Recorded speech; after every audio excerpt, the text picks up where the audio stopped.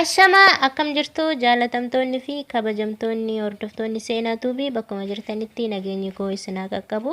Adda viidiyoo biraa qabadhee isinii deebi'ee jira. Viidiyoon adda qabadhee isinii deebi'ee obboleettii teenya suuraa irratti argitan tun Gaaddisee Baqqalaa jedhamti. Iddoon dhaloota ishee Shawaadha. Shawaa keessa Shawaa kaabaa kibbaa bahaa eessa akka taate hin beeku jechuudha. Facebook irratti friendii kiyya jala jirti. Friendii turte. Guyyaa ji'uma kana keessa Seettembarii kana keessa guyyaa 8 Facebook ishee irratti sheer gootee jirti jechuudha. Hadha kunoo lubbuun ishee darbee jira addunyaa kanarraa jechuudha. Beerut keessatti dhukkubsattee mana yaalattis geeffamtee jirti. Garuu irraa hafuu hin dandeenye lubbuu isheetiin darbitee jirti isiniin jedha jechuudhaan. Gaaddisee Baqqalaa jedhamti isiniin jedhee jira. Facebookin ishee Gaaddisee Baqqalaa intala Tawaayidoo jedha jechuudha. Akkuma asirratti screenshot godhee isinii mul'isu kanatti jechuudha.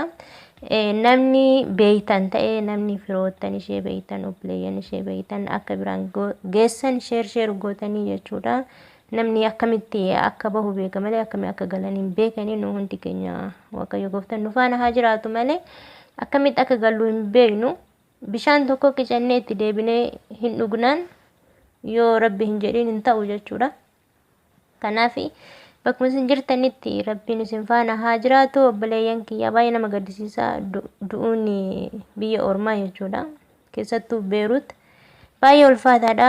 Viidiyoo tana sheer walii godhaatee namni firoottan ishees beeytan Facebook irratti hiriyoota haa taanu yaani friendii kiyya haa taatu malee hin beeku jechuudha. Biyyi ishee Shawaadha. Shawaa keessallee biyya kam akka taate hin beeku jechuudha. Kanaaf namni beeytan maatii ishee biraan akka nu geessan isiniin jedha. Galatooma.